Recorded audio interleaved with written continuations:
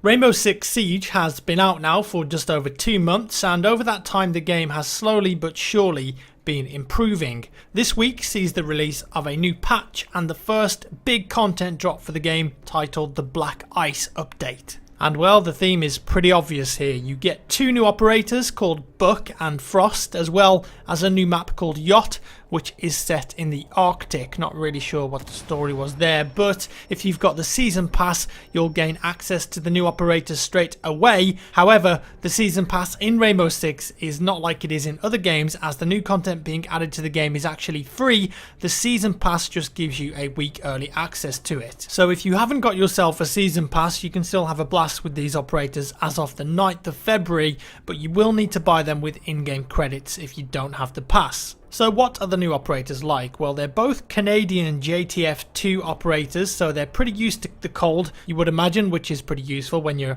called Frost. Frost is a defensive operator and comes equipped either with a Super 80 shotgun or a 9mm C1 submachine gun. The shotgun is actually really powerful, maybe even the strongest one in the game, in fact. Don't quote me on that, it just seemed really strong when I was using it. Maybe, dare I say, a little overpowered, especially at range. It actually has a surprising range to it, so you want to be careful if you're attacking. The 9mm C1 submachine gun, on the other hand, is a Canadian version of a weapon tested around the time of World War II by the British Army. It looks pretty cool, pretty different from some of the other guns in the game, in fact. Buck is the new attacking operator. He gets 2 powerful rifles, the C8 and the CAMRS, which actually stands for Canadian Army Marksman Rifle System. That's a bit of a mouthful. In terms of gadgets, Frost has a bear trap. Yes, you heard me correct, a bear trap, and these are called welcome mats in game. Any player caught in it will instantly be downed,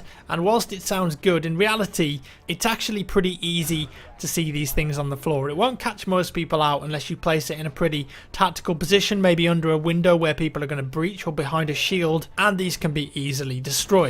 Buck's gadget on the other side is an underbarrel shotgun on his weapon. A little boring perhaps, maybe. Brand new operator, one gets a bear trap and a cool name, Frost. The other one gets an underbarrel shotgun and is called Buck. The shotgun isn't even that good.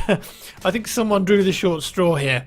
Next we have the map, which is a yacht in the Arctic, and more specifically Baffin Bay. Is that a real place? Anyway, it's crashed into an iceberg, where have we heard this before, and it's breached the hull. The Rainbow Six team have been sent there to secure the vessel because a submarine has docked near it. The owner of this ship, who happens to be nowhere to be seen, probably Hugh Hefner, must be pretty important to have Rainbow Six come straight out for them. Overall, I like this map. It's pretty big and it plays okay with some nicely designed areas and new props. When you place reinforcements and barricades, they almost instantly freeze over to blend in with the aesthetic of the map, which is a little bit of a problem for me. It just looks a bit too bright and washed out for my taste. I get that we're in the Arctic and it's full of snow and ice, but the map is so bright it actually hurts my eyes. Because of that, textures also look really washed out and bad in places. I got that feeling when I played this myself, and also with some friends who thought the same thing. It wasn't just me thinking it was too bright. A small complaint though on otherwise a very good map, and it's also available for free to all players, which is great. That's pretty much the new content covered, but there's actually some really cool changes in this update as well. Moving on, we've got a much needed change to how you select your defensive position in ranked play, but let's just cover first how it used to be. You're playing a ranked game, and I'm sure you've come across this where your team and probably the other team always pick the exact same defensive spot on specific maps because it just happens to be the best one on the particular map that you're playing on. It leads to a reasonably boring game where you're attacking and defending the same point over and over again. I've talked about this a few times and made a couple of suggestions. Now though, Ubisoft have replaced the system that was in before and added a much better one. Defenders can still vote for the position that they want to defend, but if they successfully defend a certain position, then they can no longer select that position again until they've defended all other positions. If the game goes into overtime though, all positions will become available once more. This is a fantastic change in my opinion, and it makes the game far more entertaining and way less generic in ranked play. The only downside to this is that at the start of the game, when you're driving the drones around and looking for which point you've got to go secure. It's a lot easier because you can sort of remember which ones that you've already attacked and which ones have been successfully defended. But I think for the competitive element of the game and spicing it up a little bit, that's a trade-off definitely worth having. What's also worth having is that attackers can now actually spawn at different locations to teammates as well. Before this, attackers would all vote and the spawn location would be the location that got the most votes. Now, each player can select a point individually, which is great for flexibility in tactics, and it actually helps avoid spawn killing through windows and such on certain maps like House. You might notice some changes to your matchmaking rank after this latest update too, as the ranking system has had a big tweak.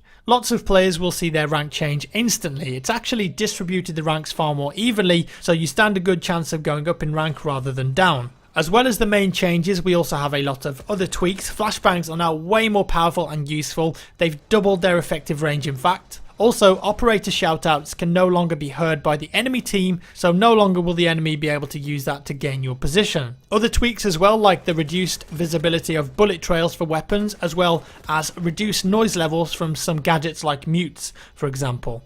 Oh, and finally, we can see the map and game mode listed during the planning and loading screens, so you can choose your operator based on which game mode you're playing. Don't forget the new weapon skins as well, gotta have some of those. Overall, there are some really good improvements in this patch that will make the experience much better. The operators might be a little underwhelming, the weapons are pretty good, but the gadgets not so much. However, I do have to say that this patch has brought with it several game-breaking bugs that must be fixed in a timely fashion. There's a massive thread on the Rainbow Six Siege subreddit right now that documents most of the biggest ones, and here are just a few examples. Player models glitching and not representing the true position and orientation of them, hit registration problems, melee hits not registering, invisible barricades and castle walls, invisible Kapkan laser tripwires which becomes very infuriating, and a whole host more. Hopefully the dev team can get these bigger problems patched in a timely manner, and to their credit, up to this point they've been doing an excellent job of communicating with the players and releasing patches to fix the glaring issues at hand. And that's all for today guys. I hope you enjoyed this little update video. Let me know your thoughts down in the comments below. Thank you for watching guys. Give me a thumbs up if you enjoyed the video, a thumbs down if you didn't, and I'll see you in the next one.